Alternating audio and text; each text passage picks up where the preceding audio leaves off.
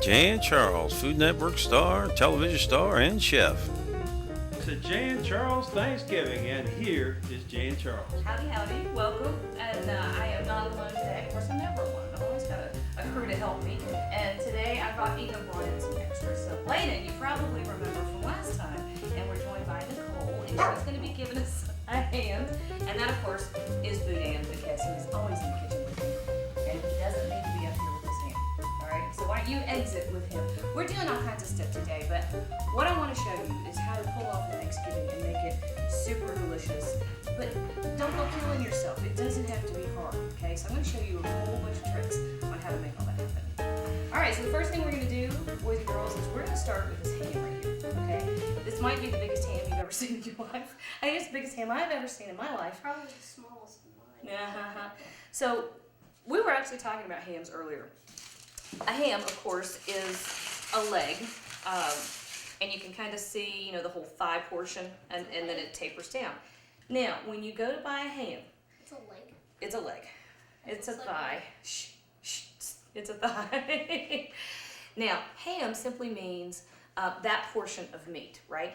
But you almost never find them fresh. So you don't find them that have not been smoked or cured or brined or what have you. You will also very rarely find them whole like this. Most of the time they cut it in half, and you'll have the shank half and the top end, right? Now, in this case, this one has been smoked. I'm going to come here behind you, and I'm going to let y'all, Layden, can you grab a bowl, buddy? And we're going to mix the stuff together to get this ham going. Here's a bowl. Got a bowl? All right, here's what I want you two to do. You're going to use almost all of that mustard, Okay. okay? So start with this one. Nicole, knock yourself out, honey. So we just use the whole thing? Yep, knock it out. And you're going to notice that one of the things that you rarely see with me is a whole lot of exact fussy measurement. It happens, but not too often. All right, so all we have here is Dijon mustard, and I think one of those might be, you know, what they call the country mustard. Yeah, I think Yeah, that's you, one. all right, look, you can see the difference. You can see the Dijon and the country mustard. Use what you like. Hey, It won't come out. Darn it. you know what? That's probably all we need. So you're good. That's all you need. Stop. Stop now. Use what you like. All right. That's good. And honey. You'd think it would be disgusting, but if you look at it, it actually Oh, it's looks good. wonderful. This ham was smoked with hickory. So you have that wonderful, rich, smoky intensity. Then we're going to have the bite of the mustard. We're going to have the sweet from the honey. Okay, Do you so need a we're done spoon? with these. Yeah, we do need a spoon. Where's my garbage can? Look. There. We do need a spoon. Now, both of y'all have clean hands, right? Yes. All right, we washed hands. So stir that up, bud. Okay. Now, if you want to, you can use a pastry brush. You can use a basting brush, what have you. And listen, I took this ham out of the refrigerator a good hour and a half ago, because when you're roasting, especially a very large piece of meat, what you want to do is kind of bring it closer to the temperature where it goes into the oven, okay? Because you have this wonderful thing. We don't want to kill it with high heat. So if you bring it closer to room temperature, less of a shock and more even cooking when it goes into the oven. Did you get it? Most of it. All right, do you have clean hands too? Yes. All right, so we're getting rid of our spoons. And we Yep. All right, wait a minute. My cord is caught. All right, so if you want to, you can use a pastry brush, or, you know, like I said, I believe in child labor. All right, boys and girls, rub that all over that ham. This is almost. It feels so weird.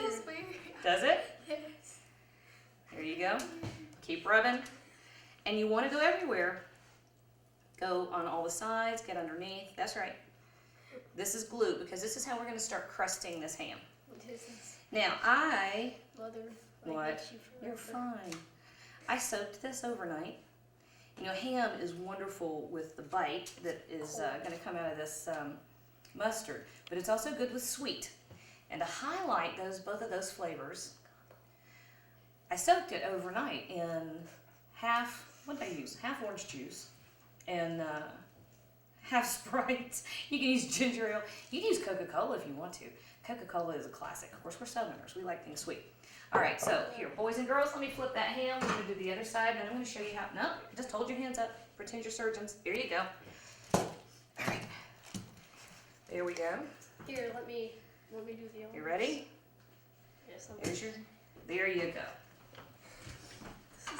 I know. See, that's not so bad.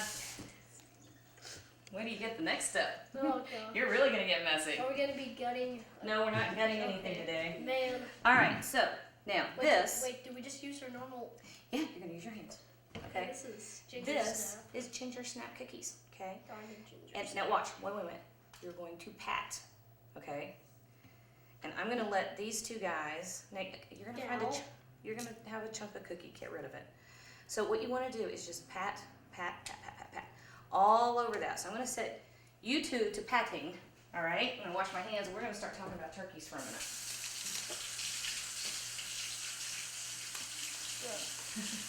Now, the reason you don't want your crust too thick is because it'll just fall right off, right? Bladen? Right? Don't judge me.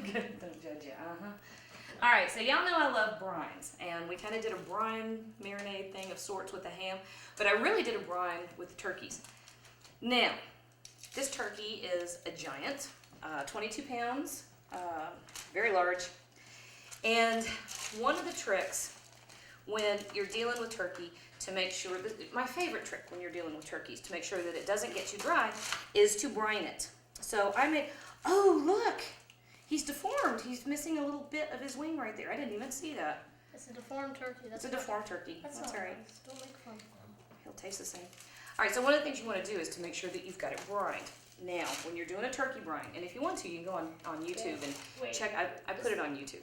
You make a saltwater solution with kosher salt or plain salt. Just don't use, you can use now I table think salt, we can go wash but not our turkeys. iodized. All right, now wait a minute. You got a whole bunch over here. Okay, I'll do this. You just keep on going. And don't forget, you've got a front end over here. Okay, can you turn this around while we're patting it to death? Yeah, and look here. Get under here. There you go. All right, so we made a saltwater solution, and all I did was bring water up to a boil with salt and sugar and peppercorns and garlic and what else I put in there? A little bit of sage and some what else? This is- Thyme. I used thyme. All right, so soaked them overnight. Like And sand. again, to bring turkey a little closer to room temperature, I took this out of the cooler about an hour ago. Now, to get your turkey ready, a lot of manufacturers or producers will put this silly little thing in here. I hate these. These will break your heart. That's a big fat lie that they tell you. These are pop-up thermometers, and they're held together with wax. And the theory is that once that reaches a certain temperature, the wax melts into the interior of the thermometer, not your bird, and it pops up, and in theory you're done. Problem is that usually the breast is far overcooked by the time it reaches a temperature where the thighs and the legs are There done, we go. right? So we're going to ignore this. We're not going to take it out though, because that's just a way to let all the juices Yeah. run out into the bottom of the pan, and we want them to stay in the bird, right? So we worked hard to get a lot of flavor in there with our brine. We're going to make sure that we keep it in there. All right. The other thing is, a lot of times, these guys are held together with this little deal. If it's not held together, you do want to use some butcher's twine to pull the legs together and make a nice tight package. There. Now, I have a turkey in the oven just because they take long enough. They're washing up. I have a turkey in the oven just because they take a while. So I threw one in there this morning that I want to show you. And in that case, one of my wings came loose from where I had tied it up. You'll see what you don't want to happen. I'll show you my mistake. I'll pretend I did it on purpose. Just to give y'all a lesson. All right, so butcher's twine. Here we go. This is sold all over the place. And you do want to find food grade twine. Don't go pulling out the red yarn from your craft projects. Not that I've ever done anything like that. But you do want to use cotton. Okay, so to get him all tied up, tuck these wings. Now normally I'd have another wing over here. It didn't happen. But you want to tuck those wings up tight to the body of the bird. Okay, Bladen, you're whispering. Shh. All right, how we doing? Hey, Bladen, can you get that dishcloth and can you clean up these extra Yes. cookies? Where's the dish? Dishcloth's right over there. And Ruth, I'm gonna hand this to you. Can you find some place to stick that out of the way? I just gave her an impossible job. There is no place to stick it out of the way. That's my trick. All right, so this bird is now ready to go. The skin has dried out a little bit. He can come in. He can come in. Hey, Boone. You remember Boone from last week? Boone helped me a lot. All right, so the next thing that we need to do, final thing, and I left one here just to show you what they're going to look like. Oh, here it is. Here it is. Sometimes the birds don't get fully plucked. Do you see this right here? That's a feather, and it's just the quill, and we want to make sure that we get these removed, okay? So I left that one just so you know to look for, because they're little, and they're hard to see, Annoying. and they are annoying. Well, nobody wants to eat a feather. I do. No, feathers are nasty. They satisfy. Uh-huh. Okay, so he's ready to go. I did not stuff the one that we've got in the oven because traditionally Southerners don't stuff their birds. And in recent years, there have been a lot of back and forth about if it's safe to stuff a bird. Now, Bladen, now you've just gotten yourself contaminated with poultry meat. I washed my hands. Well, now you have to do it again. Okay. Uh-huh. Yes, you do. A lot of things back and forth about how safe it is to stuff a bird or not stuff a bird. It comes down to temperature. If you can control the temperature of everything that you're working with, and if you make sure that nothing sits out and that there's no window of time between stuffing and going right into the oven, and you can make sure that the inside of your stuffing, inside the bird, gets to the right temperature, then you're going to be good to go. All right? So, let's see. Let's get this ham on the smoker. How are we going to pull that off? Hey, can I get some? I have friends here to help, so we're going to use my buddies. We're going to get the ham on the smoker, then we're going to come back and make our stuffing, stuff our bird. Okay? Okay. All right. Now, here's my secret. No. There's a way to do this. This is important because this is my secret weapon. All What is right? it? This is how we get some amazing flavor in this crust. Now, use a spray bottle. Now, wait a minute. I've got to make sure. You step right here. Sometimes you get a stream and sometimes you get a broad spray. We want a broad, gentle spray. So let's see what we've got here. Yeah, that's too much of a stream. There we go. If you have a stream and you spray it, it's just going to knock the crust off, right? So you just kind of want to use like a mist. You want to mist it. That's exactly right. And we're going to try to remember to go back out there in a little bit and do it a couple more times. And you don't want it soaked because then your cookies are going to fall off. And those are all the layers of flavor that we're going to put on that crust. Now, in my spray bottle, you could use apple juice if you wanted to. We don't use apple juice. It looks like apple juice. It looks like apple juice. Don't put this in your kids' sippy cups. What I have in here is Southern Comfort. Happens to be one of my favorites for this. You could use bourbon. You could use whiskey. And you know what I thought of the other day? Jack Daniels has a honey jack out, which I think would be fabulous. It's one of my new favorite things. And I think you could use honey jack and it would be super, super good. But in this case, all right, here we go. Brian, I'm going to hand this to you. Actually, I'm going to get you to take this. I'm going to go pull the lid off the smoker. Now you know how it is. That's what I call a smoker. That's the smoker. You stay warm by it. You could. How come you're not wearing shoes? It's chilly. All right, so how do I get the lid off of this thing? Like this, right? Yeah. It's like All a right. lock-up. Just like unwedge it and then. Yeah. I like how you have like blacksmith gloves over it. Yeah, that's because I would damage Now, myself. now put it over the pipe. Put it over top of the pipe. Oh, There you go. There we now go. just keep opening it as much as you can.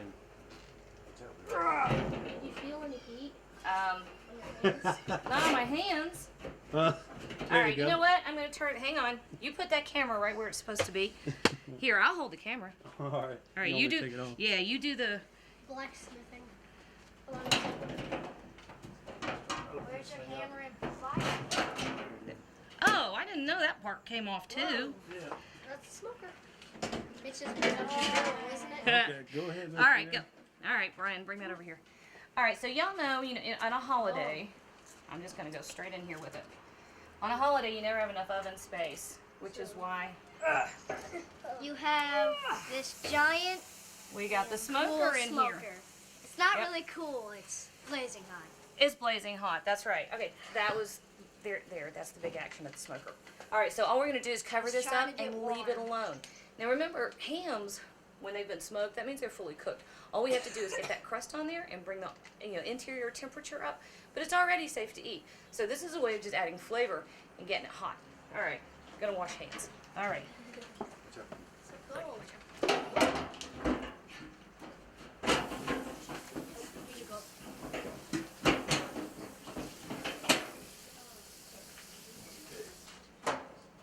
All right.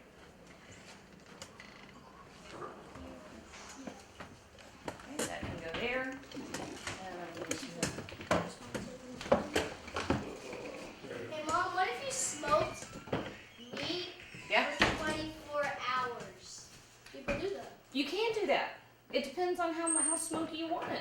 It also depends on what you're smoking, buddy. Because smoke. I don't know what to. You're stuck with that. You're on your own. I can't help you. What if you cooked it real slow, like for a month, and it was like so soft, it would just fall apart when you take it out, like when you touch it. Boone, you have the weirdest mind. A month is a little much. I gotta say. Well, I'm like, gonna put you in charge of hitting that puppy with some more soap in about half hour. Can I do that?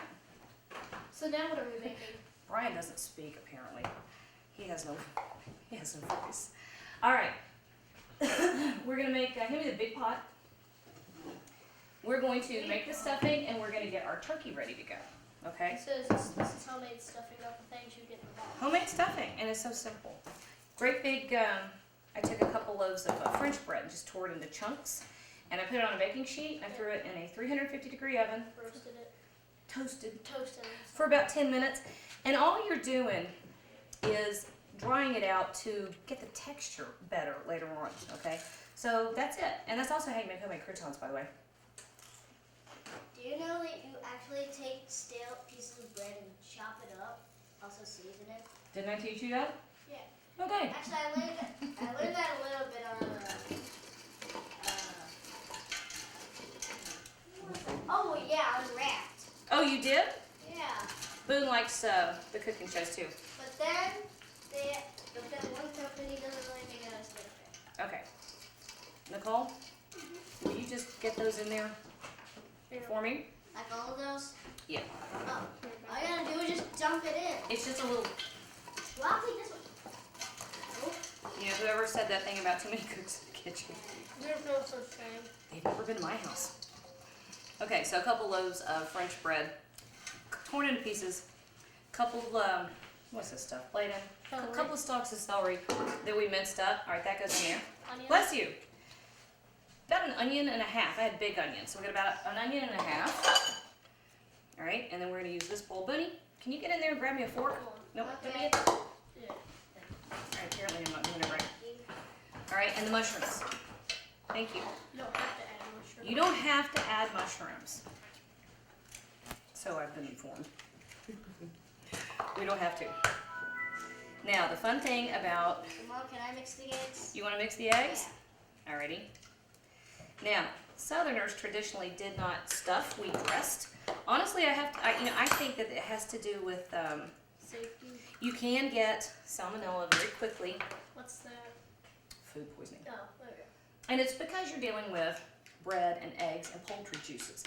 And of course, there was no air conditioning back in the day in the South.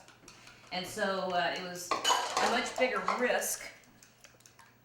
Check out the technique. It was a much bigger risk to stuff your birds before we had, thermometers and refrigeration and air conditioning. Okay, kosher salt. Go easy on the salt here, and I'll tell you why.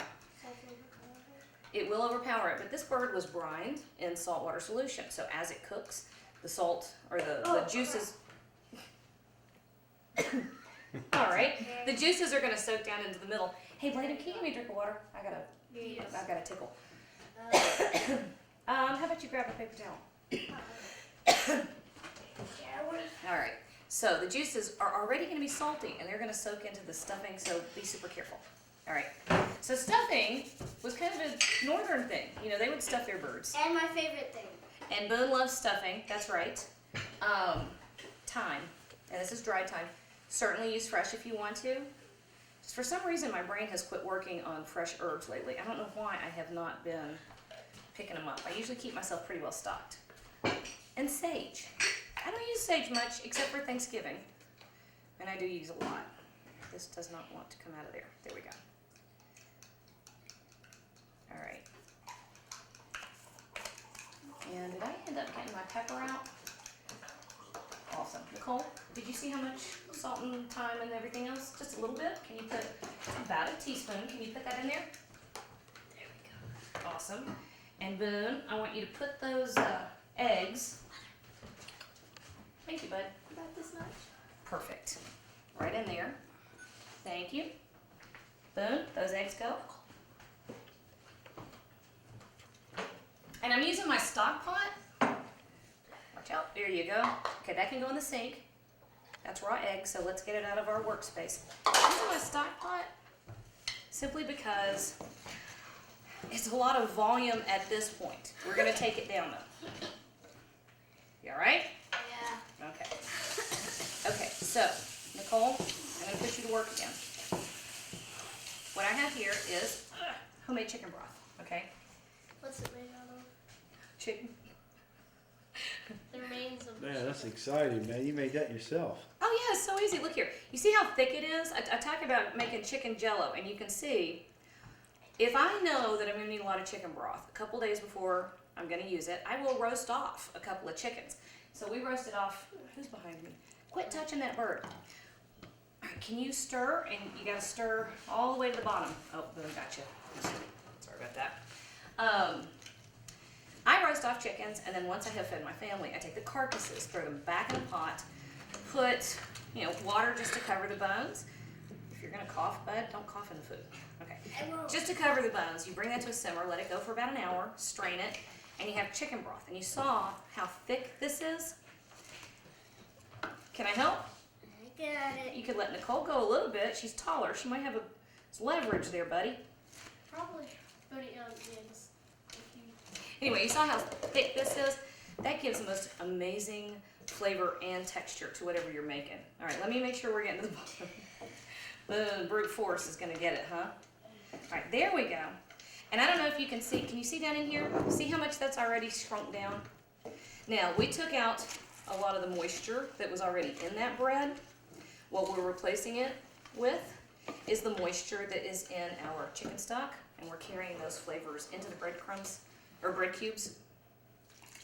Keep stirring. And it's going to be whatever texture you like your dressing. I've used about 2 cups of stock. I might use a little bit more. I don't know yet. All right, Nicole, I'm going to give you another job, baby, since my boys are being rude. Okay. I'm going to put you to making, hey, you move. You move over here. I'm going to put Nicole to making the herb butter that goes on top of our bird. Okay? So just mash that up. it smells good. And I'm going to throw some stuff on top of there.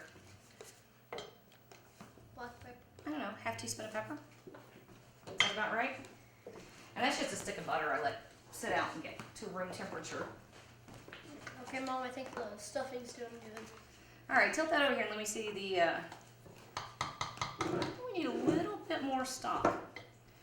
Now don't forget, your mushrooms and your onions and celery are gonna release some moisture while it's cooking, so you don't wanna get it soggy. So I've got, I don't know, what is that? Half a teaspoon of thyme? I don't want more than that. So I want about a teaspoon of thyme. We're gonna make a nice green butter. And that's good. Yeah. You want some tricks in the kitchen. I'll tell you, one of the best things you can do, this is just an awesome trick, is to make herb butters, flavored butters. Wait, is there cinnamon butter? Yeah. A teaspoon of Cinnamon. sage. Okay, make sure you get it all the way down the bottom. Okay, get your spoon all the way down the bottom. That's okay. Oh, that looks actually more like stuffing. All right, I'm gonna come over here and see how you're doing, buddy. That's Again, I perfect. need. Oh, this is steps. All right, now we're gonna do a couple things with this. First, we're gonna stuff our bird. All right, here's the texture you want. You see it's still nice and loose, but you can see there's a good bit of moisture in there. All right, because what goes in the bird is also going to collect all those juices. So we want to give it room to get juicy. I'm getting a pan. Hang on. All right. I might getting up. Did you hear my knees creak? Yeah. Creak. There they go. All right. Time for our turkey assembly. Excuse me. My nose itches. Can you, Okay. this one? I'm sorry, Boone. I've got to fire this toaster. Okay. Here's what we're going to do. We're going to get our hands in it. And that's perfect. You see how easy it is to make our butter? You throw whatever flavors you like in there and Wait, mash it. Do There you you go, have to or use butter. herb butter? Herb butter? No? You can use any type of butter you want. Yeah. So you can You don't have to use butter. You can use olive oil. Okay, so if I didn't want to use butter, I could just put. You can put plain butter. Oh, okay. I will say that I'm using the back of my hand. Okay. I will say that the butter helps crisp the skin. Okay. So what about You don't do anything yet. Okay. Here's what we're gonna do. Now when you're stuffing a bird, okay, we're gonna pick up nice loose handfuls, and that's gonna go right in that cavity. Looks so weird. Why are they laughing at me? What was funny about that? I've just seen my mom do this so many times. She's made me do it. She's made me do it a couple times. The first time I did it, I just got completely grossed out, and I was like, But now I've done this. Wait till you see the next turkey I do for you. I'm gonna make Nicole run her hands up under the skin of it Woohoo. and loosen it all up next week, and then we'll see her really gross out. All right, so there's a pretty big cavity up in there, so you want to get the stuffing in there, but you're not packing it in. You don't want it super tight. Remember, we got to keep it able to A, absorb juices, and B, come to temperature, so we're safe, I right? have a question. Do you just Yes. leave that in there? While It's gonna cook this way oh, so you just and then you pull it out and you eat it like how it is? because it's the most delicious thing ever. Okay. I'll tell you, I almost would rather, here, push that sleeve up, bud. No, yeah. I would almost, thank you, not to my shoulder. I would almost rather do a turkey breast with stuffing because, well, maybe that's what we ought to do next time is let me show y'all how to do just a turkey breast with stuffing because then you get way more stuffing for the juices. Oh, I it's don't know good. why I think this is funny. Tune in while we molest a bird. And apparently it's hysterical. Mother, that is not the right time for words. Huh? Well, kids are weird. Oh, and now the dog too. All right, so big 9x13 casserole dish. Okay, shh. Let's calm down. You get the dog going. I'm gonna fire everything. So there he goes. You're right. Yep. It doesn't really be fired. Now this is how Southerners did it always. We would bake our dressing. It was dressing because it dressed the bird. It dressed it up instead of stuffing. You know what? I think that's how come we had dressing and Yankees had stuffing, but Yankees? stuffing is a much more traditional northern way to do things. Okay, Boone, why don't you go on in the other room until you can get yourself calmed down a little bit? Okay? Okay. You gonna try to calm down? Yeah. All right. So what do we do with this? Okay, shh, just chill. I'm gonna tell you, we're getting there. Okay, so nice and loose and in our casserole dish. And I'm gonna come over here. And I'll show you the next thing. Y'all don't have turkey hands, do you? I have turkey. I don't have turkey hands. You have turkey hands? Okay. Nicole, give me half a second, honey. All right, so our butters. Put this in the sink, please.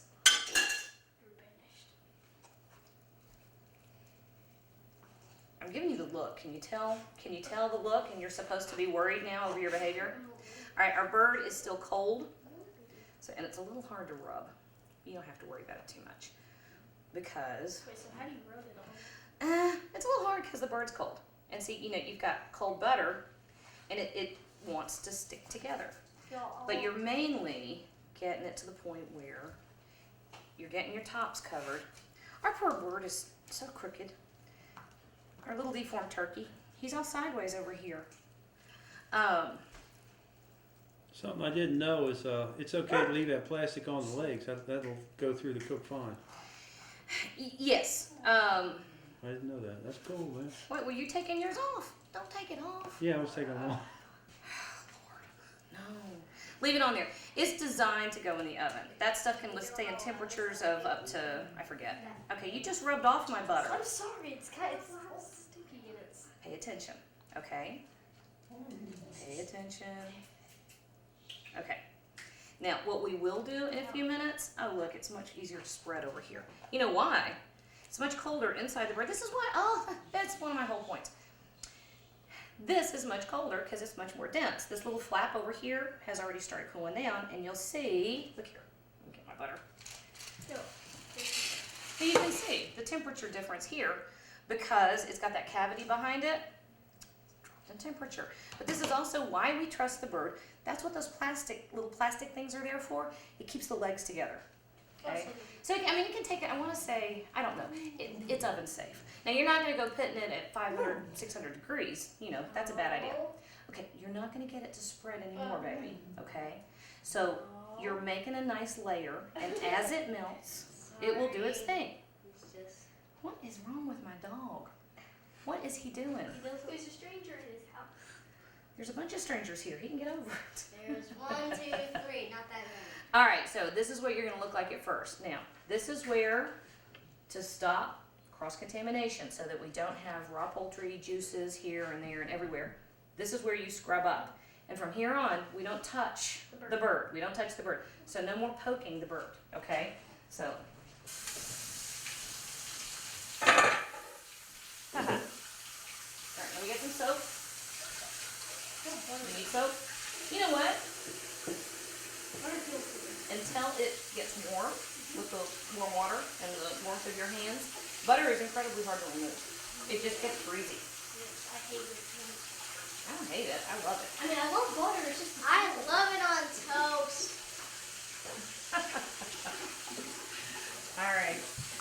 We love it on toast. Now, in a little bit, I'll take this little tad of butter that's left and I'll throw it back on top of the bird. But right this second, It's what is it called? Don't touch the bird. contamination, cross-contamination. Do you see where I put my aluminum foil? Yeah. Is it in the drawer? Yes. Somebody put it away, which is a miracle because that never happens. That's why I couldn't find it. It was put up. All right. We're actually going to pull a maneuver on y'all. Just because I couldn't figure out what in the world to do for 6 hours while the turkey roasted live. I put one in the oven a little bit ago. Now, when you go to roast your turkey, and again, if you need some help or a reminder, I've got how to roast a turkey. It's up on YouTube. Pretty good turkey. So we're going to start it at 500 degrees. And when you start it, you do not cover it with tinfoil. I'm only covering this because I'm going to hand it to poor old Brian over there. He's going to find a place to stick it until my other bird comes out of the oven. And then I'm gonna stick this bird. Okay. Yep. Oh, good Lord. Let me tell you, I will say, there's a big ta-da moment when that big old bird comes out of the oven. Because it's big and it gets golden and it gets beautiful. And that's good. And that's And pretty I cool. call dibs on a leg. All right, now wait a minute. Let's pretend the turkey in there is the one we just finished. And we're going to start our stuffing. So you started at 500 degrees, you go for half an hour, and then you cut your oven back to 350. That's it. No basting, no messing. You can throw the rest of that herb butter on. That's all you have to do to it, okay? So we're going to leave it alone and let it become fabulous. All right, so turkey is in. The stuffing is made. Green beans. Guess we're going to start the green beans, okay? What about mashed potatoes? I love mashed potatoes. When I told them I was going to have a sneaky early Thanksgiving, they all started pitching a fit because they each one wanted all their favorite dishes. And so I had to make mashed potatoes because this is the mashed potato fan club over here. Green beans are my favorite. Now, I showed y'all how to do smashed potatoes last week. How about we show I'm also a big fan of corn on the cob. corn on the cob? Yeah, we're not making corn on the cob either. Also spaghetti. I showed you how to make smashed potatoes last week. How about next week we do another variation on the turkey, and I'll show y'all how to make the silkiest, creamiest mashed potatoes ever. How about that? How about that as a deal? We do that? All right. I made mashed potatoes. I stuck them over here. All right, y'all. So green bean casserole. You know what? My mother. Okay, let me show y'all a trick. Turn around. Okay, you see that right there? If y'all stand in front of the camera, nobody can see what we're doing. So just mind where the camera is. My mother never made green bean casserole. What happened? What'd y'all do? I'm standing in front of the camera. What was funny? See, this is why Nicole's getting because she's listening. All right, Layden, you wanted to chop the onion, right? Yes. Where's my knife? Old version. And I'll chop. Put it in the sink. And I'll chop a little more. And I'll chop. Okay, I'm going to officially give y'all a lesson in how to cut an onion. And I think I have to teach my children this about every 3 weeks. They go brain dead, something happens, they forget, and then I turn around and they're not using the knife correctly. But teach your kids to use the knife correctly. And Bladen, you're the one that wouldn't listen last time. I'm sorry, I just get confused on the Okay. hand I'm motion. going to show you how. This is how to do it the right way. And if you do what I do, you won't get hurt, okay? Onion. There's its little roots. This is the stem. And you can see there's a break in there where the stem came up, right? Yeah. And you can see it's a little fuzzy because that's where the roots were. All right? So when you're cutting anything, the first thing you want to do is to give yourself a flat surface to work with, okay? Because flat vegetables are safer. They don't rock. So, you see how I'm holding my hand? You're in front of the camera there, Toad, Bud, Oh. move. Bud. Wrong kid. So That you one's not Toad. So you sort of claw it. You claw it. And here's why. If my fingertips are out like this and I'm cutting, what happens? It comes off. It comes off. That's what happens. But if I've got my fingers back like this, It's gonna be a little. and I'm holding the food steady, and I come like this, what happens? I miss, right? Yeah. All right, so you give yourself a flat surface to work with. So take off his little hat. Don't throw it in the kitchen. Don't do that. So now it's flat and it's much safer because it's not going to run around, right? So now we're going to come halfway through, straight down. It's okay, I'm not in front of the camera.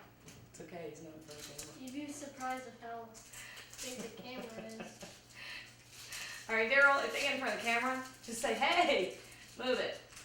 All right, so we only need about a half an onion for this, but I'm going to show you how to do one, and then y'all can come over here and practice doing one, okay? Okay. So you take the skin off your half onion, and you remember, always keep your hands up so that you're not going to come here and get your fingers or claws. Okay? In this case, we're holding our fingers up, and we're going to cut halfway through. And I stopped before I got all the way back to the root, right? That keeps it all together so all my little pieces don't fall apart.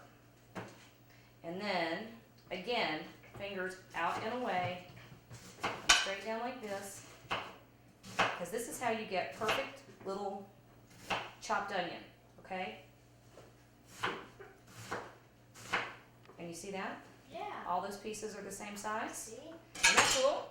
All right, now I told Bladen he could chop an onion. Bladen, you can finish that one, and I'll let Nicole do the other Wait, half. so does this stuff get So y'all what come- about me? You're out of luck. You're gonna have to help me cook mushrooms. I hate mushrooms. Awesome. I'll tell you why I did this. I did this because you all heard the whole I hate mushrooms thing. It's amazing how many times my kids eat mushrooms. I never know. Including you. No, I know. We're doing green beans. My mother never made green bean casserole. You're standing in front of the camera, son. Ah, why?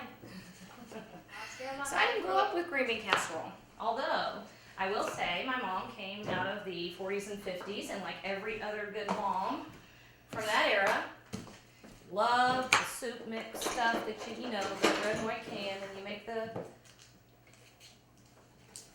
casseroles with the cream of mushroom soup. Well, Oh yeah, the cream of mushroom casserole with the chicken and you stuff. can do Yeah. just about anything With the with crunch cream of with mushroom the- soup. with crackers, yeah. Problem is, I have really started trying to have a stick of butter. I have started trying to get away from packaged and processed for a couple of reasons. A, not real crazy about everything that's in it. B, much cheaper to go with regular ingredients and make your own. Can you do that for me? Yeah. And C. I forgot what I said for A, so I don't know what C is. Oh, C, I don't know what I said for A. Anyway, you can control what goes into it. So you have the budget. You holding your fingers the right way? Yes. Okay. Remember last week and I said you got some kids that may never use a knife until they're 40? There's a kid right there. There he is. All right. We're not making an exact replica of mushroom soup, but we're getting all the same flavors in it. Now, all I did was I took button mushrooms and minced them up, okay? So you just do the until they're tiny. You can run them through your food processor too, if you don't have one that you killed because you put too much in it. Did you get onion on your eye? No, I got a whole line. I actually got an onion in my eye. Awesome. Okay, so half a stick of butter and then all of our mushrooms right in there. Okay, and you're just gonna keep stirring. Nice. All right, here's how you teach a child that might listen. She doesn't belong to me, that's why she listened to me. That's perfect, except, you know, what you could do to even more control, because using a knife is all about control. Knowing where the blade is and knowing where your fingers are and knowing where the food is, okay? So when you're doing these little cuts like this, if you want to hold down the food with your hand and actually use the tip to get yourself started, perfect. And then now you're ready to come this way. Don't do what he said. I know how to use a knife. It's just Perfect. I'm going to turn your heat up a little bit. about 6. It's about to 6. You know how to chop it up. On our stove, it's a 6. That's right. You got it? Mine's already. So how many mushrooms are those? That was about a package and a half of standard white button mushrooms. You can use, get back to the camera, you can use cremini mushrooms if you want to. These were about $1.50 less per package, so I bought the button mushrooms. Different times of the year, the dark brown mushrooms, the creminis, which are just, you might find them as baby bellows or baby portobello mushrooms. It's an immature portobello mushroom. So check the prices, use whatever you like. Or if you have a great big giant budget, knock yourself out. Okay, so all of our ingredients are over here and ready to go. Let me throw in, Yes. we need about half. Hey Bladen, can you get a ramekin? Yes, ma'am. And you know what? Here, throw away. Ah. When I'm doing Thanksgiving for real, and I have several dishes ahead of time that I'm going to use celery and onions and carrots, I will put a stock pot, a small stock pot on the back of the stove, scrub everything before I start working with it, and then all of the vegetable trimmings and everything else goes in that stock How many pot. do you need? Just one. I just need enough to put this extra onion in. All right. So this comes in here. Onions? Onions.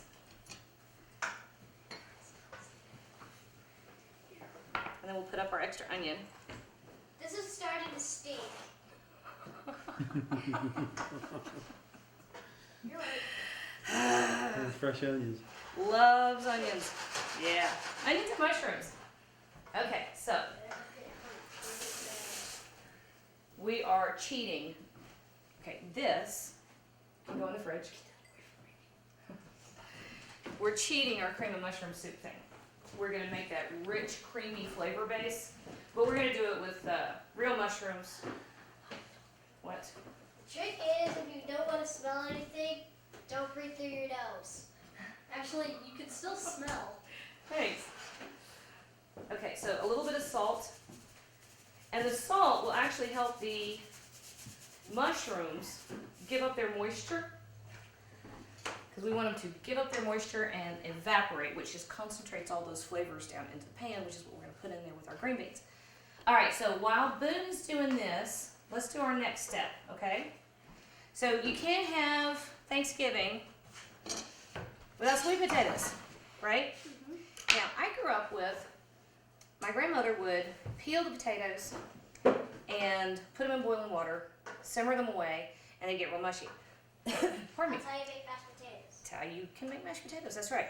We didn't do that. I took whole sweet potatoes.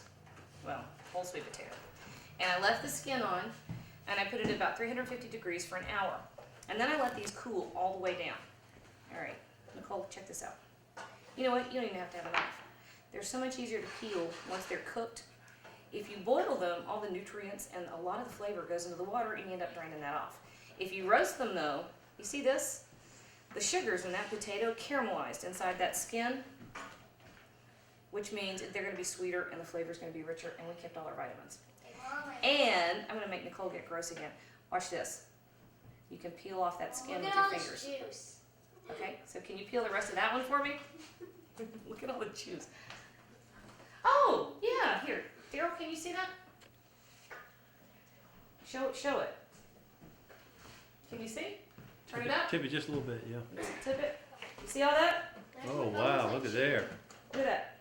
That's All right. mushrooms, but it looks like hamburger. Yeah. It really came out good. Done that? Well, you know, when you mince it, I'm going to turn your heat up a good bit, okay?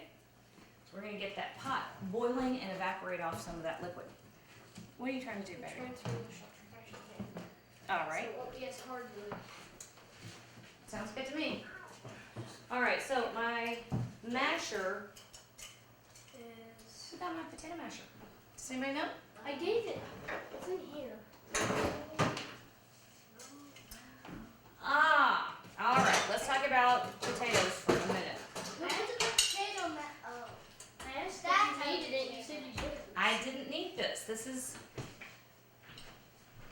is a cheat. Your mom is simmering. Did you? You're the one that hid my masher. Is that it? Do you know what I'm talking about? A potato masher? I know I put that board in the wrong place. That board did go in the wrong place, but that's not that big a deal. Okay, let's talk about this for a minute, because there's a couple different things we can do here. How to spell it fake? This is the key to getting really super silky, fluffy mashed potatoes without getting them gluey. This is called a potato ricer, all right? oh, So what you can do is, all right, here, wait, stop. the masher's in here. Oh, okay, where? I'm pretty sure It is Not. not in there. You know what? This is what cooking is about. You adapt and you work with it, okay? So I was going to use a potato masher and mash these up, but I needed more jobs for my kids to do anyway. So look what we're going to do instead.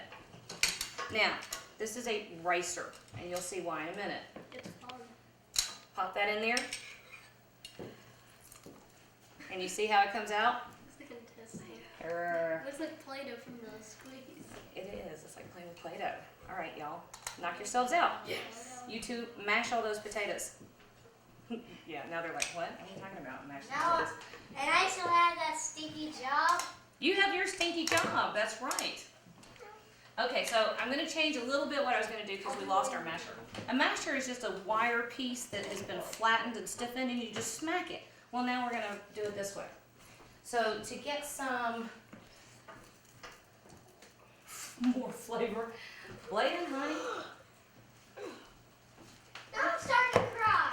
awesome. Why are you starting to cry? Onions. Because he's picking onions. obviously. All right, we're going to sweeten these up a little bit because there's nothing like taking a high quality superfood like a potato, Yeah. filling it full of butter and sugar. Ow. All right, so Here, let me do one. just keep working. It's going to get messy. It's Ooh, okay. this, It they're doesn't. so nasty looking and disgusting. Ugh. This is the nastiest thing in the world. It's fun though. Yeah. It's nastier than the giblets? Yes. Is it? What happened here? Here. What did I do to it? You didn't do anything to it, honey. It did it. It did it all by itself. I'm mashing So it. we're going to put about a cup of brown sugar in here. You can see how much I worried about how exact that was. My children would have you putting 3 or 4 cups if I would let them. Okay. What is this here? Yeah, I hate this thing too. No, look, you're doing it right. Watch, kids. Okay, so this is a plunger, Okay. and you just want to make sure it goes straight down like that. Okay. And it doesn't matter which end it comes out, you're still mashing the potatoes. What That's- did you all put in there? A potato. Just a potato. There you go. That sound is so nasty. It's dinner and a show. Uh, Okay, Okay. boom. I'm just gonna leave that alone. Okay, make a deal with you. What? I'm gonna have you. My hands are too Oh, you moved dry. around it. Can you soften this for me in the microwave? I can't. Okay, just give it 30 seconds. It's gonna melt halfway. That's fine. Teamwork. Okay, ready? Here's where am I gonna come?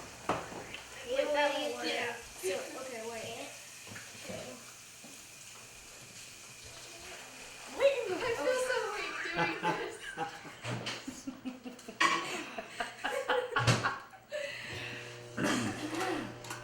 Wow. Good at the easy way. Hey! Wait a minute. It's the easier way. All right, so we can break that out Thank you, Gerald. and make a video called "How Not to Use Potato Ricer." We're also gonna put in about a 1/4 cup of honey. Oh, thank you. Thank you, Mr. Paul. Oh. Okay. I Yeah. hate to do this. Oh! Mom? Uh-huh. Did it melt everywhere? Yes. Oh, that sounds ominous. What else happened? Okay. Yeah. It looks like a white island floating in a yellow sea. That's perfect.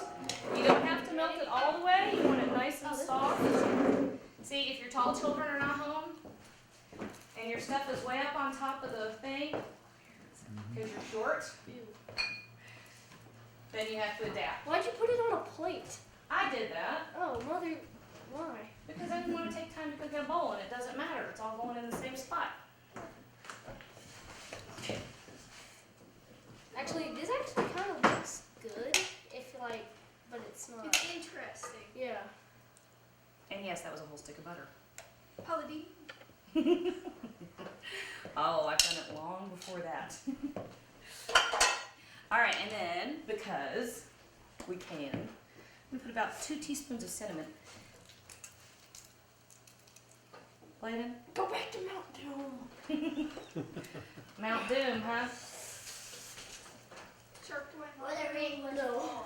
Oh, boom, that's Isn't perfect. that Mountain That's Oh, exactly Lord of the right. Rings. Dew? Oh. Sorry. My nerdiness. We're gonna use about a 1/2 teaspoon of ground ginger. I hate ginger. I love ginger. Ginger is our friend. Well, I like Ginger it just has because a warm This- richness. the smell of ginger is disgusting sometimes. And we're gonna give it just a hint of cloves. You should. Don't go crazy with the cloves. Cloves will take your head off. What? Thank you. What, cloves? No, All right. grass cinnamon. Check this out, Daryl. Look how much, you gotta look at it. Can you see how much of the liquid has already absorbed? Oh my goodness. You see? Okay. What we're losing is water. And we're concentrating the flavors. All right, you're still on mushroom duty, okay? I hate mushrooms. Oh. I don't want to spill out. Would you like me to take over? Unless. It's now. Oh, the smell is so bad. Okay. There we go. Where did my nuts go? Here they are. Ha! I've got them right here around me is where they are. All right. Now, I grew up. It's getting in my hair. I don't even know what I was about to say. I grew up with natural marshmallows all over the top. And then the family went through a pecan phase, which I have no problem with the pecan phase. That's a good idea. For giving it Oh yeah, you can break it up. Yeah, I just now thought of that. I'm a genius. You think of more of your at the end of the process. And the very last one too.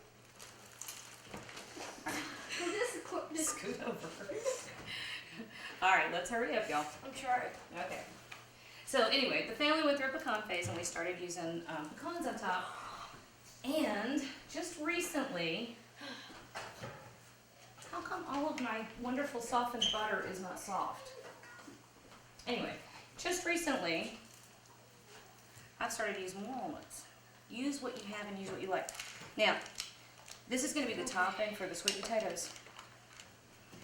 Let me show you. All I did was I chopped up all my walnuts, and it doesn't have to be exact. You just want them to be, you just want them to be small. If you want to knock yourself out and mince them fine, I'm not going to work that hard. Hey, Bladen, can I talk you into a little paper towel cleanup over here?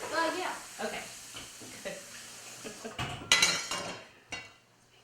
All right, and and then 2 of my walnuts, about a cup of brown sugar, and a stick of butter. Hey, you know what? I bet if I thought hard, I could figure out a way to get a 3rd stick of butter in these sweet potatoes. But, Oh, I can eat a stick. all right, now, actually, y'all, that's pretty good, but we do need to do a little bit of cleanup on that. And we're gonna mash it to make sure that all of our flavors and everything are all I through. know where a masher is. Where? That was what started the whole ricer incident. Close? That's a pastry cutter? Close enough. Knock yourself out, see how it works. Okay, thank you. Why would it try to? Okay. Lady. I was actually gonna suggest a wooden spoon No. and just stir it up. You can almost do it with a fork. Oh Okay. yeah. You could do it. All you're doing now, because you've already mashed it, right? You've already broken it down and mashed it. All you need to do now is mix it so that your butter and your seasonings and the sugar is all the way through. All right, Boone, I can hear that. I can hear it has moved from steaming and getting rid of that vapor. Now you're sauteing. Okay, What's that? can you hear the difference? This is the topping for the sweet potatoes. What's on it? What's in it? I just explained that. You missed it. It's a stick of butter, about a cup of brown sugar, and walnuts. That's cinnamon. That's. And by the way, I toasted my walnuts. I threw them in a dry skillet. And just about 5 minutes on the stove top. All right, look here. All right, can you see how dry? Look how dry that got. All right, now Boone, it's time for you to come over here because I'm going to do something that's Yes. you're going to end up in my way. So we got rid of the water. See, you got rid of the water, and of course water doesn't have any flavor. So now it's time to put flavor back in. Use another stick of butter. You thought it was Thanksgiving. It's the National Butter Celebration Day. Okay. Get them on the pastry cutter. So now we're going to turn this, we're going to make something like a roux. Do you remember what a roux is? The girl off of Hunger Games? You remember what a roux is? No. A roux is just about equal parts oil and flour. Okay. Didn't I do this already? Didn't I move this child? Hey, Here, oh. move child, move. And let me have this. Okay. Give me just a minute, Boone. Wait, so do you cook the sweet potatoes? Sweet potatoes are already cooked. We're gonna put them back in the oven and let everything caramelize and come together and be gorgeous. See, potatoes can make that. Okay, so I put a stick of butter in there. Everything can. Boone, Yeah. can you give me 2 things? I need the milk and I need some cream. I'll get the milk. I'll get the cream. Yeah. Okay. Oh. So a roux is just equal parts flour and oil. No, where's the cream? Any kind of fat. You can use whatever you want. Sorry. Move away from the Wait, is camera. that flour? Hey, Yeah. Mom, is this? Look like Is half and half can happen. Where's the whipping cream? Actually, Boone has a perfect point. Half and half is nothing but half milk and half cream. So yes, you can use half and half. But I use heavy whipping cream. Or we can use cream. Boone, What would taste better? Ruth, thank you. What would taste better? Okay. Well, now cream has a wonderful, rich mouthfeel, and you taste it, and it's fatty and fabulous. But it can also quickly overwhelm all your other flavors, right? Yeah. So it can really just take over everything. He just is not going to quit getting back there. Ah! Get out of me! You get behind the cook, and you might get squashed. Can you give me a minute? Can you give me a minute? Awesome. Did I hit your head? I quit. Okay. Oh, boo. Oh, he'll be back. All right, so we're going to start with just about a 1/4 cup of the milk, because this is what we're using as our sauce. How are y'all doing with the potatoes? They're already done. Perfect. Can you put them in that casserole dish right there? Yeah. Okay. With our hands. And then wash. Yes, that's right. You could have one. We're going to wash hands. That works. So I'd say I'm about Yes, just 5 or 6 add the tablespoons bowl of into milk. just add it. And then we're going to give it a splash of cream. Maybe a Also 1/4 to cup of spread cream. out, I guess. And we're going to let that come back up to temperature. Flour or cornstarch or, I don't know, what are the other things? Arrowroot. Any of the things that you use to thicken a sauce, It's like the school mash. always let them come up to a simmer because that not only gets rid of the raw flour flavor, but it doesn't achieve full thickening power until it's gotten that simmer there. Okay, so can we see? Can you see that? See that? Wow. That real thick, super rich Macaroni. buttermilk cream. And I'm gonna tuck these. Okay, so let's Can I borrow your hands again and pass these out of the way? Onions and Little onion and the mushrooms, mushrooms. just a little salt and pepper. Then once the liquid evaporated, I threw in maybe 5 or 6 tablespoons of milk. And then I'm gonna put in a little bit of Parmesan cheese, but not much. A handful. I don't know how much a handful is. Well, it depends on how big your toy is. Well, there is that. Yes. It can be the size of the mountain or. All right, smarty pants. Let's say I used a 1/4 cup. Okay. Now, let's do this real quick. Turning this all the way down. And green beans. I just blanched these last night. Do you know what blanching is? Soaking them in water. Dropped them in boiling water, salted boiling water. Let them go for about 3 or 4 minutes, and then I dropped them in ice water to get them nice and cold. It just gives them a jump start on cooking, and look how pretty and bright green those stayed. Isn't that nice? So they're already cooked. They're still tender and crisp. You don't want to cook them until they're dead. You don't want to cook them until they've just, mushed completely. All right, Blaine and Nicole, we're going to trade for just a couple minutes. Can I get you two to start stirring? No. Okay, Something that's not as messy. we can hope. So just stir that in together, and we're going to throw that in the oven in a minute too. So let me, give me a second to fix some sweet potato issues. All right. So what we're going to do here is, So this is like the cream of mushroom. instead of cream of mushroom soup, we've used the homemade. Cream of. It's like a mushroom roux. I don't like saying that. That makes it sound Sounds difficult and weird. fancy. Yeah. How about homemade mushroom sauce? Is that better? Mushroom sauce. I hate when cooks get pretentious and they start saying, "Oh well, you have to get your mirepoix into your roux." I'm like, please, come on. Make it simple. That's why people have gotten to the point where they're afraid to cook. All right, so we take this wonderful sticky stuff, and it's gonna go right over the top. My sister does one that's like a, oh Lord, it's almost pralines. Wait, Mom, Aunt Kelly? Aunt Kelly makes a topping for sweet potatoes that's like pralines, and it's so good. And I've gotta remember to ask her what she does. It's just after 11, isn't it? Because there's a train. Yeah, she can't cook with the. You don't need a clock at my house. We have the train in the background. Oh, yeah. Try and tell you Alrighty, washed up. Sweet potatoes are ready. Now I gotta say, I cheated yesterday. I did some prep work. I spent maybe an hour and a half total doing prep work, just because it's no fun to sit there and watch somebody chop 6 onions. 1 is a lesson, 6 is boring. But how long have we been cooking today? 1 hour and 4 minutes. And look, there's sweet potatoes everywhere. We're gonna end up wearing them. Okay, now, here we go. We're about to get serious. All right, we're putting our sweet potatoes in the oven. Boop, boop.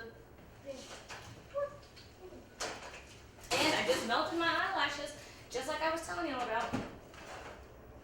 I think as much cooking as I've done, I've learned not to stick my face right down into the oven to get that initial blast of steam. That's right. So another 9x13 casserole dish. You can order these for next to nothing. I love these things. I use them for everything. All right.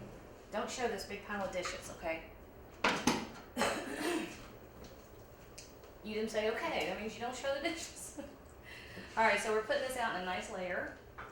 And you can use, I have to say, I'm not a big fan of the French fry things, those crispy, you know what I'm talking about, that you find on green bean casseroles. It's just not my favorite thing. I have seen people making these little crispy onion strings. I bet those would be delicious. But we're topping with a little more Parmesan. Oh, Parmesan looks good. Has that ham gotten hit with a SoCo recently? Yes. You spoke. You finally spoke. Okay. So we've got Parmesan cheese over the top of that. This is going to go in the oven as soon as I make room because. We never have room. Huh? I said we never have room. That's like the most impossible. Wait. Okay. You ready? Let's take a look. The moment of truth. I think this bird It's going. took right at 3 hours. Oh, look, you can see I didn't get my tin foil all the way over on that other wing. You'll see in a minute. It'll still be just as good. Well, nobody ever eats that little weird tip of the wing. I do. We're at 170 on our internal temperature, okay? Now, Bladen, will you put those green beans In the oven. in the oven? Oh, move. Ah! Jeez. All right, I'm gonna talk about that turkey for a minute. I got it, baby. Thank you. Pass over the. Okay. Wait a minute. Let everybody just sit here because we're gonna talk about why. And this is the sneaky mashed potatoes I made because we're gonna make gravy in a minute. And I was informed that it was communist or socialist or some kind of ist not to have mashed potatoes. Okay. So, Smells good. What smells like? baby, that's hot, so be very careful. Wait, what do you mean the tip of the wing? That? No, this one. Oh, I eat that. See, you can see where I missed with the foil. See? All right, but look here. We're gonna. Charred. Shh! Don't tell mommy. Look. Look. It's perfect. All right, now I want y'all to see where the thermometer is. See how I've popped it right down in there? Oh look, there's a feather nobody wants to eat. It's gone right under the thigh, and there is a little meaty part of the thigh. It's called the oyster. That's where you're aiming for with the tip of your probe thermometer, because that's the part that gives the truest temperature reading. And then just to double check him, I wiggle it around in there just to make sure that's where we have the best reading. And it looks like, oh, it's ruined, we gotta throw it out. Sorry. Anyway, what we do here, and people don't realize how important this is, people don't realize the importance of carry over cooking, right? So it's no longer 350 degrees all over the bird, but it's still, you know, the heat is still coming from internally. And you're gonna see the temperature go up, and I'll show you in a minute. I don't know if you can see that. Well, I don't know what that is. You'll see that the temperature of this thing continues to go up, and that's okay. Now, I'm gonna borrow a pair of hands. We have 3 dishes in the oven. Our turkey is ready. Our ham is coming up to temp, and the smoker is getting brown yet. It's getting crusty. It's not brown yet. A little crusty. Little crusty. That's what we want. All right, so we're gonna move our turkey, and then we're gonna talk about gravy. Okay. So I might need a pair of hands over here. Who I haven't seen is my cat. Yes. Is he outside? Yeah. Normally, if there's a turkey in the vicinity, He goes. he makes himself so obnoxious. All right, I left a little water on my platter. What do you mean? Huh? What do you mean? Ron loves a turkey. Ron loves turkey beyond belief.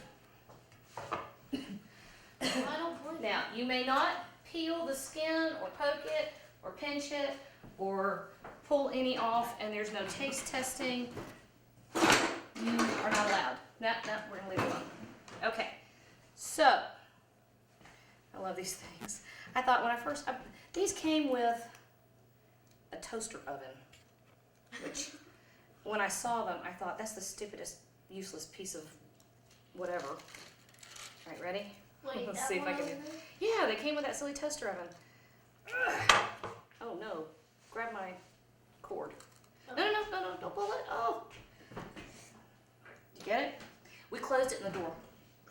Drawer. Like All right, I there did we to go. my fingers that one time. There we go. Or the cardboard. All right, so he's gonna sit here. All right. Oh no! Look what you did, Bladen. You ruined Thanksgiving.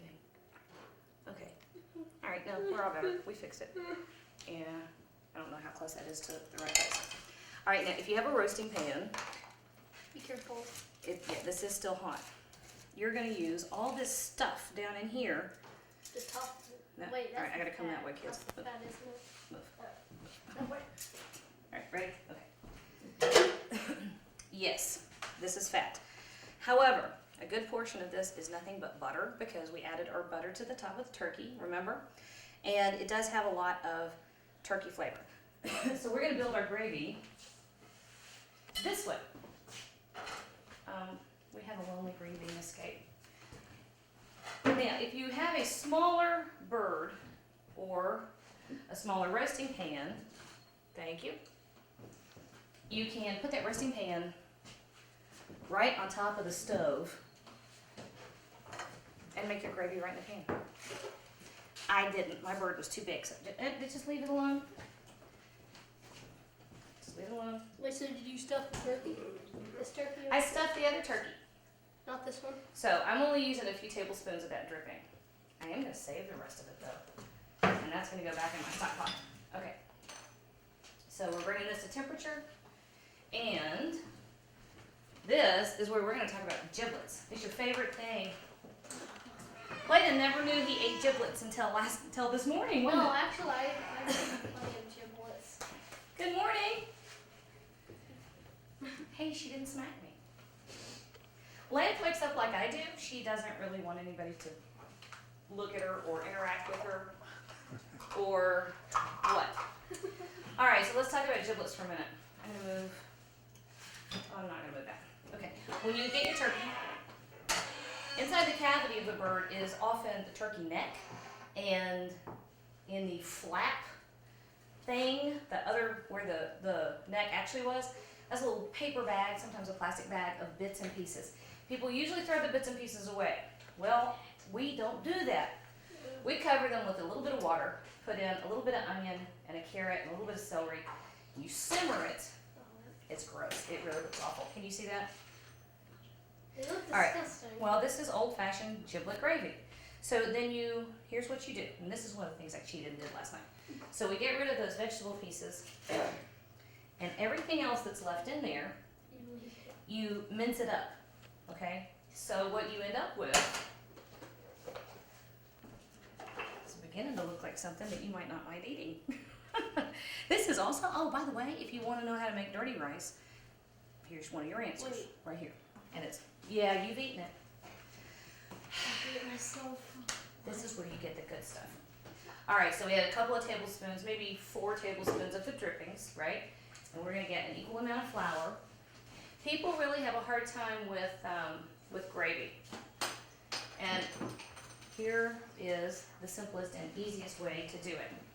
So we're putting our flour straight into the hot fat, which some of it was the fat that rendered out of the turkey. Some of it was, actually more of it was the butter, but that butter has been flavored with turkey drippings, with the herbs, right? So we're gonna let this cook a little bit for a couple of reasons. You, take this time to make sure that you have no lumps. And as you stir it and cook it, you get rid of that raw flour flavor, which is kind of gross. Nobody wants raw flour flavor, anything. Now, there's this whole big thing about you can put hot liquid into your roux, you have to put cold liquid into your roux, you have to add it all at once, you do it a little bit at a time. I know that there are official technical culinary rules to that. Let me tell you what works. I don't like rules, I like what works. So, this is the rest of our chicken broth, okay? And now we're whisked, okay. I put a little bit. It's not shockingly cold chicken broth, but it's not warm either. I've always used cold liquids. Oh, look, see? See how nice that's getting? Boom. And that's all there is to making gravy. See? The two problems people have is lumpy, which if you whisk from the beginning and you cook your flour in the fat first, it's not going to be lumpy. Or it gets too thin. And there's actually a really cool trick to thickening gravy if you've got your gravy too thin. That just means you added too much liquid. It's no big deal. All right, Bladen, can you whisk gravy? Probably not. And I'm going to go take a look quickly at that ham, because we're getting to the point where I can pull that ham in here and I can show everybody what the food looks like. All right, so.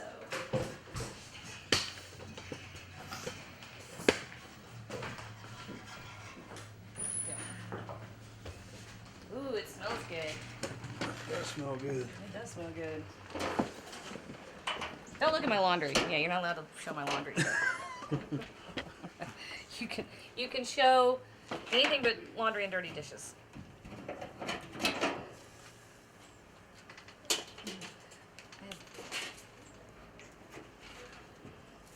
Oh yeah, that's what we wanted.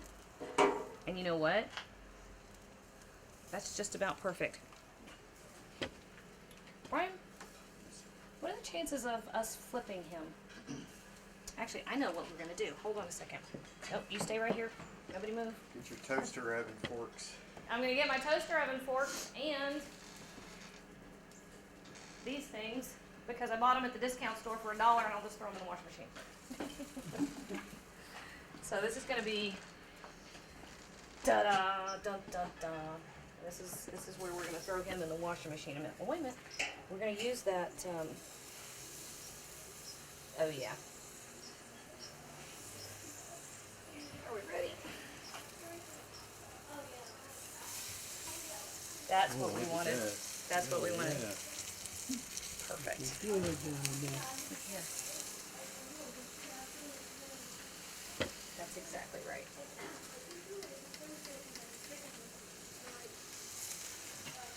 Little Southern Comfort. You knew I had to do that.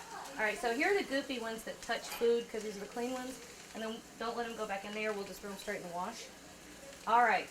I'd say he doesn't need but a couple more minutes. So let's come back in here and we're going to deal with our turkey and our gravy, and then we're going to put it all together. Ham, turkey, mashed potatoes, casserole, whatnot. Yeah. Look, see, you're showing my dish pile. Whoa! You're not supposed to show the dishes. I swear, I give you this rule every time. And yet you cannot follow that. Actually, the dish pile wouldn't be near as bad, but we do have lights up in here, which means instead of having access to the dishwasher and everything else, I'm just making a big pile. And we'll deal with it in a minute. What? So, does this gravy look ready? Let's see what we got. I think it's a little too thick. So you know what we do to fix thick gravy? Add more liquid. All right. It looks like jelly. Well, and of course, you know, there's. You can tell the 5-year-olds put away the silverware. It's all over the place. And then, what's the number one rule for cooking at all? You must taste it. Yeah, that's my girl. Did you hear what she said? You have to taste it. I don't want to taste the jelly gravy, even though I want to. Want to? Well, here's the thing about this. This was homemade chicken broth, right? That I made from chickens that I had roasted, but it was seasoned. And Alright, that's ready. the butter and the drippings were seasoned. So you have to taste because you don't know how salty that ended up with, right? This needs a little pepper.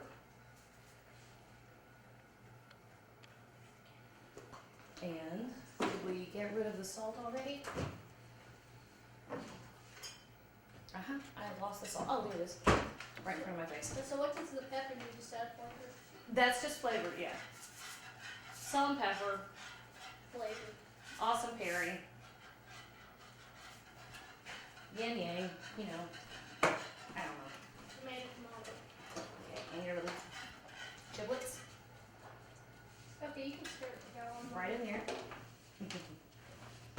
Honey, this is the turkey gravy you've eaten every Thanksgiving of your life. But it's just the first year I watched my mom put giblets in gravy. I didn't want to eat it. But then you ended up eating And it. then I was like, oh well, it's the Thanksgiving. You know, that's the fun part about having kids is you can do all kinds of stuff to them, and they don't know about it until later. And then it's too late. All right, I still think we are a touch on the thick side, so I'm gonna put the last little bit of stock in there.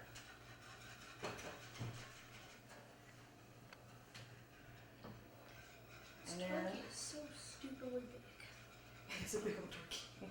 It smells really good. I don't remember what they say about how many servings. You know, there's a formula that you're supposed to be able to use. Like so many pounds feeds X number of people, which, okay. Well, it depends on how much, which person wants to eat how much. Ooh, that's good. Okay, so we're cutting this down. Just let it simmer and sit there. And I think it's time for us to go get that ham Oh no. off of the smoker. And we're continuing to, let me check our turkey real quick. See, we moved the probe. I don't know where my spot was. Thanks to me. I didn't mean to do that. I know you didn't, honey. Here, I'm gonna go with Brian. Well, the temperature's, okay, we're not gonna worry about it. Okay. You know, if you have your internal temperature in the right spot before it comes out of the oven, then you can pretty much ignore it after that because you will get another 5 to 10 degrees of carryover cooking, and that's what makes it perfectly done, especially if you're taking the temperature at that location. Don't go through the breast and don't go into the legs, and you're ignoring that silly little pop-up timer. If that pop-up timer goes, it's overcooked. Now, quite often, I have had them come out of the oven and it pops up after it's out. That's okay, don't worry about that. Alrighty. Alright, boys and girls. Okay. For the moment of truth. Moment of truth. Are you ready?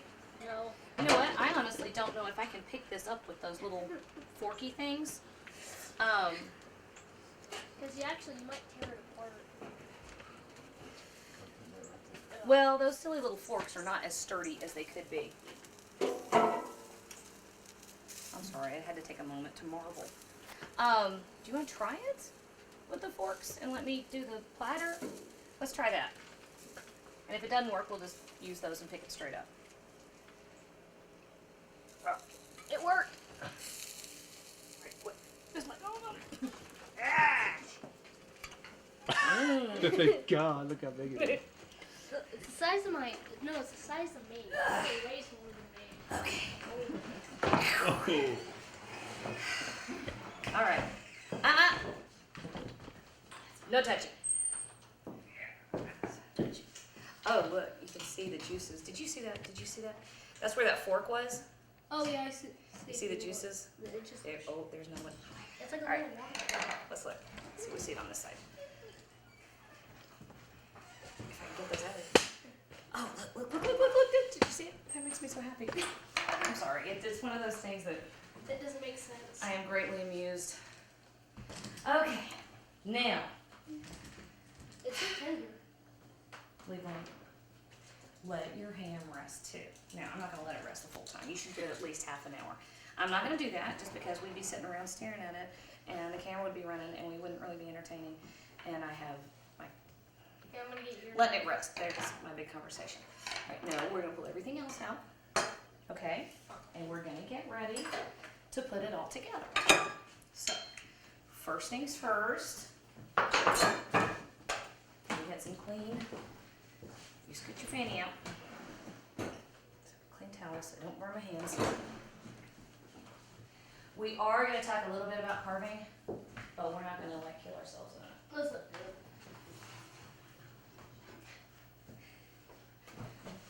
You got to find another place to park it. I can't. Here is our dressing. Pretty good. We're gonna move him over. And you know what? That other turkey, the sneaky demo turkey, we're gonna put that in the oven in a second. Don't let me forget to do that. Okay, there's Boone's mashed potatoes.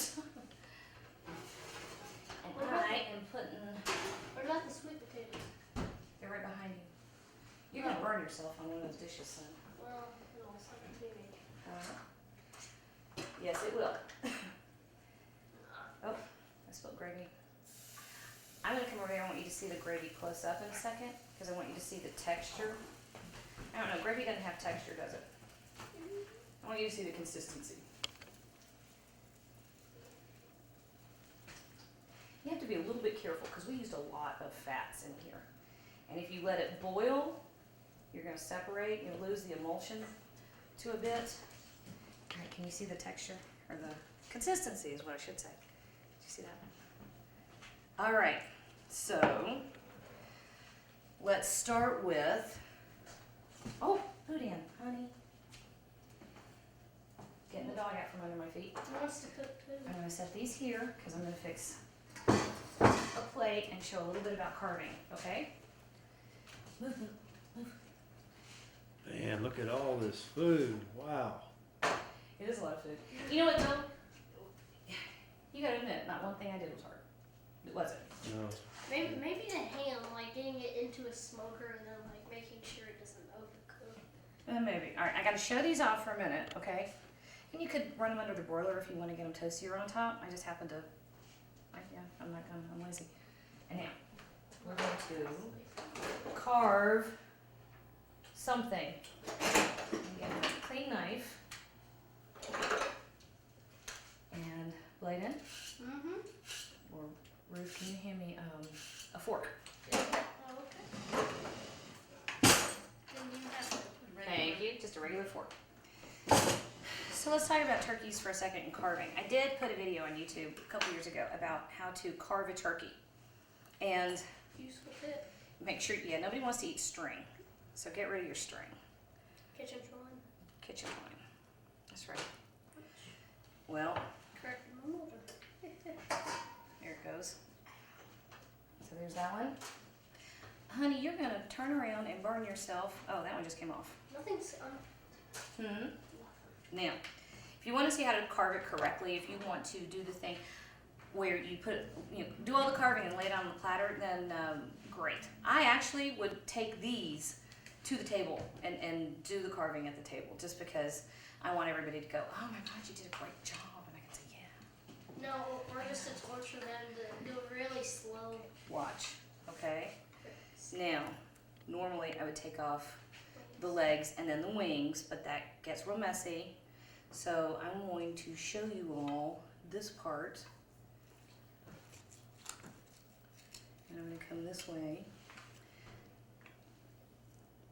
All right, can you see the juicy? All right, I am going to move him out of the way. So let's get him out of the way. We're going to do another piece. You'd be surprised. I need a sharper knife. I need a knife that's sharp enough not to tear Mother, my bird. What? I need a plate. um, Let me grab a plate. the kitchen, the turkey, if you compare it to a smaller, like a big chicken, to a small turkey, the small turkey will still be bigger. Stupid bird is good. All right. Well, it is. But it's good, isn't it? All right, that's the cool thing about brining. It's hot. Yeah, it is hot. Let me see if I can get it. No, my knife just isn't sharp enough. But that's the good thing about brining a bird, is that it actually tastes good all the way through. And so we do have this nice crispy skin, which I'm tearing up with my very dull knife.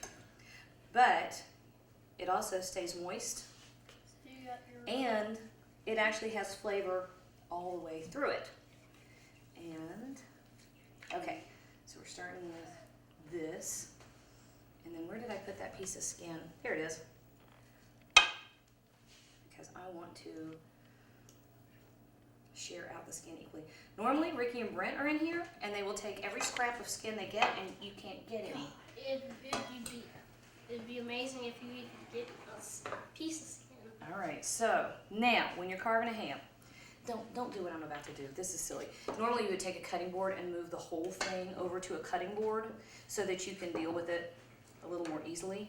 That's what we need to do. We need to do a video on how to carve a ham, because they can be kind of big and hard to deal with. All right, so, but in this case, I'm taking him. right off the side here. All right. All right, can you see the, you get that? And look how nice that is. All right, so my ham is going right here. If I can get my fork to release, and I'm stealing that bite, because it tastes good.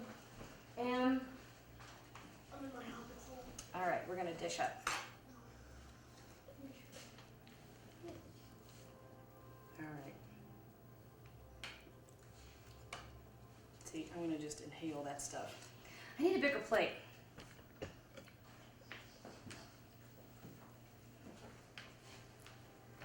See how our dressing did? I like the crunchy bits on the outside. Oh yeah. Let's see.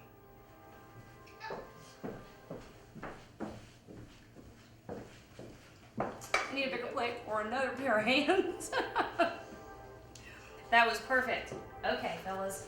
Yes. This is gonna be. This is. I know. See if I can get it. There we go. It got crusty on the top. Surprise, surprise. You know what? Anything crusty is gonna taste good because crust is flavor. Not every. Hmm. Not every. That's the way to cook a bean. All right. Help! I need one more spoon. One more spoon. How about? Really? Are we here? Don't tell Boone that his potato spoon was in the mushrooms, because he would never forgive us. Okay. That's the only time I'll probably eat a mushroom. That's not bad if you have a Thanksgiving where it's big enough you have to have a second plate. I think that's kind of the way it always should be. All right. We're going to pretend I have a gravy ladle because we need some on the potatoes. And It needs a little. well, a ladle doesn't make a mess like I just did there. Wait and hold that for a second. Mm-hmm. This is mine. There. And then this goes here. If you have a gravy ladle, you don't have a mess like I just made. Yeah. Who cares? And there goes there. So. And then Thanksgiving dinner. I carved with that fork, but I'm going to use it. Okay, you ready? Ready to taste? I can't taste it, so I don't. You can get a fork. You can't. I'm holding your plate. Mm. Making me Nicole Starr. Thank you very much. Love you. Thank you. I'm sorry, it's good food. Poor Nicole. She's hiding over there with a fork. How is it? Not yours. My toes are up too. Well, I tell you, Thanksgiving is a special time for everyone. And it's really great to see families get together and enjoy each other and enjoy a great time with a great Thanksgiving dinner. And folks, that's what Thanksgiving is all about. And from Janet Charles and her family, 7 kids and all their friends, there was as many as 15 or 20 people in the house at one time. You couldn't get more or better special Thanksgiving occasion. And that's what Barbecue Superstars is all about. And that's what the Jan Charles Thanksgiving show is all about.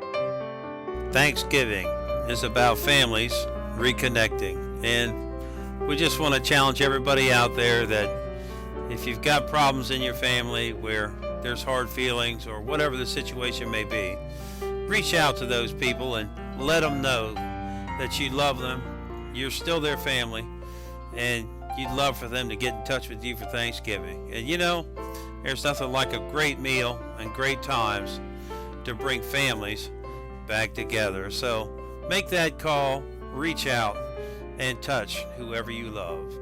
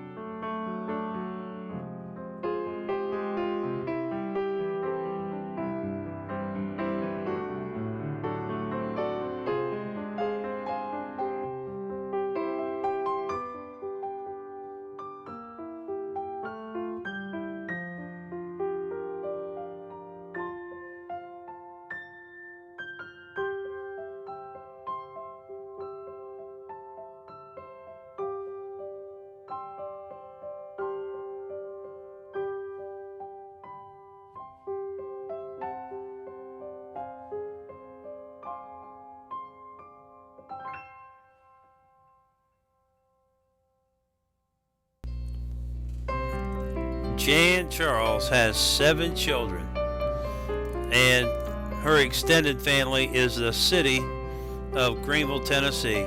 And then her extended family is all her television viewers and each one of you. Support the Jan Charles Show today. Go to Food Network, Restaurant Express, or just come by Barbecue Superstars or Thrill Billy Gourmet. And let's become a family with Jan Charles, because she has so much wonderful stuff to show us and tell us, and she has a great family to share with.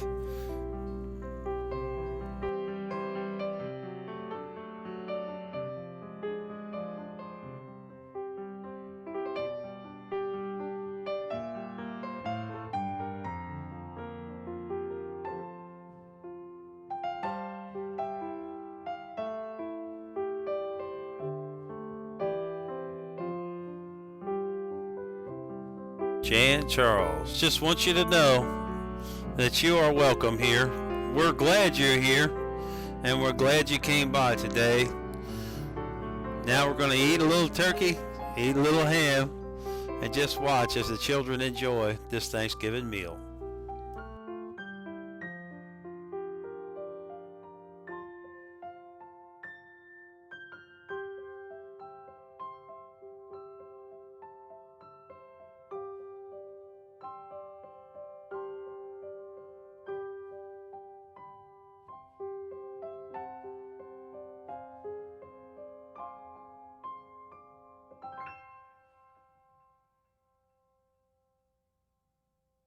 Okay.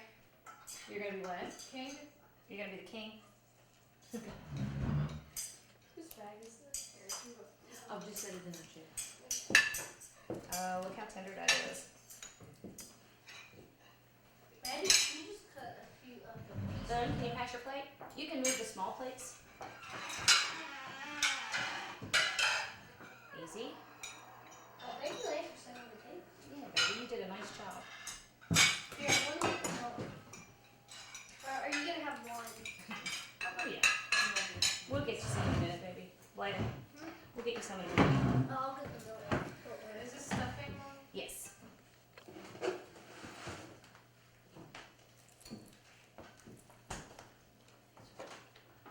It's really good.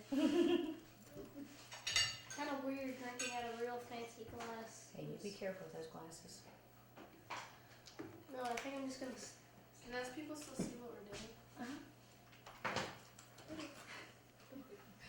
Alright, who wanted this? The boom. No, he got one. I'll set it right here. Dang, boo.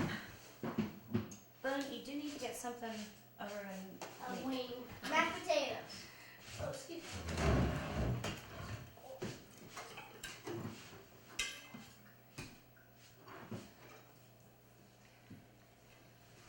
Next, may I have your cup?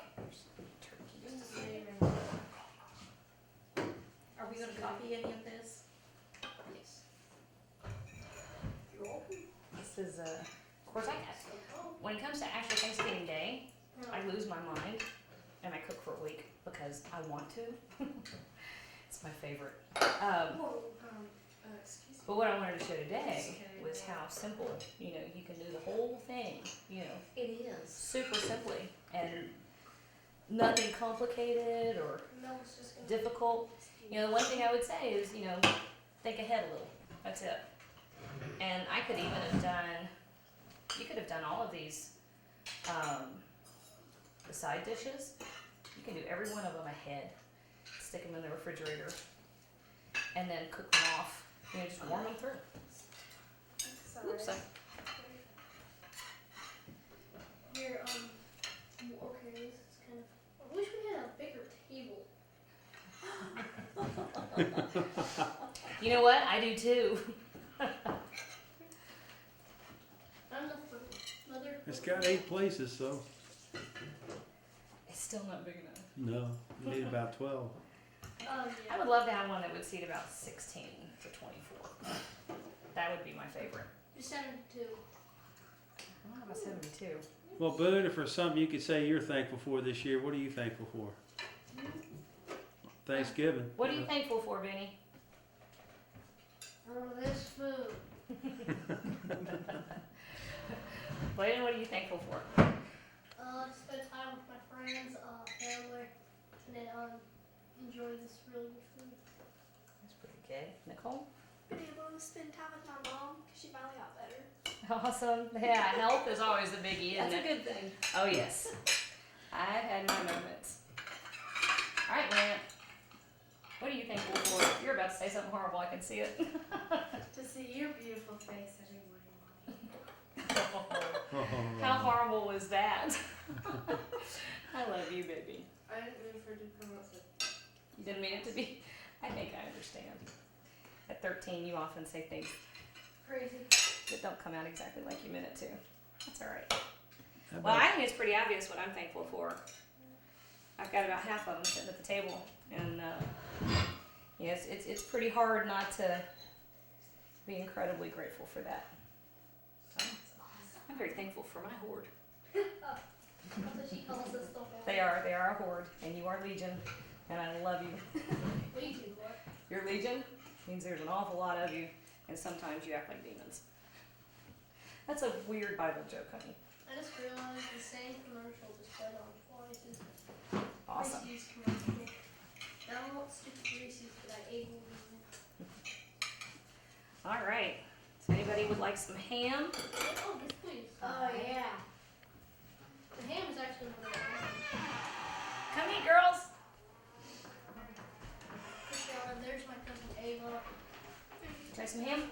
Yeah. Actually, You need to finish your turkey first. All right, ladies, have a seat. I am gonna retrieve my plate. Oh, you've lost your plate. Did I lose my plate? You did. You'll have to do another. I think so. Thanks for sharing. So he spoke. He finally spoke. Oh, I see. He got your plate. He's back here eating your food. Yeah, that's why he was silent. He was back there sneaking my food. All right, would you like some turkey? Move your yes, please. Christian. Goofball. Thank you. Don't trust that one. He's evil. She's adorable to look at. So are wombats. Oh, Lord. It's not to true. be too big in here. Huh? Did you get too big a bite? Yeah. Sneak back there to deal with it. Lance, here's the gravy, baby. I'm trying to eat Use your your. I love your sweet potatoes. It's just whenever I eat more than like one. Go slow down. Yeah, like when I eat more than this, it makes me want to vomit.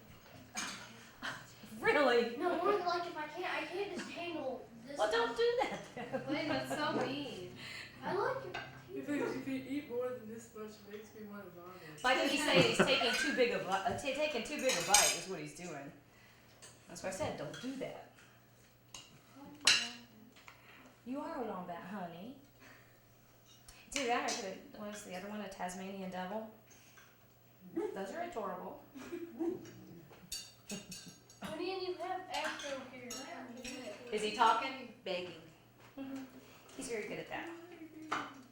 Is this thing attached to this thing? It is attached, which means you have to use a spoon.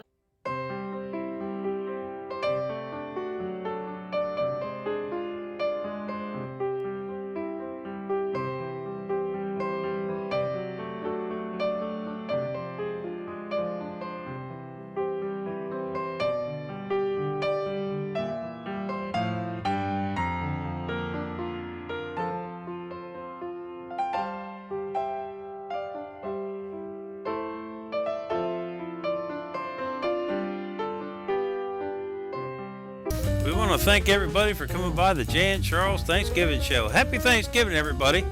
Check out Jan Charles on Food Network on Restaurant Express. Jan got lipstick on her teeth. You know when you stick your head into the oven and it hits the heat, the mascara will melt onto your eyelashes. And that's what happened to me. I gotta get that doggone lipstick off my teeth. Shoot.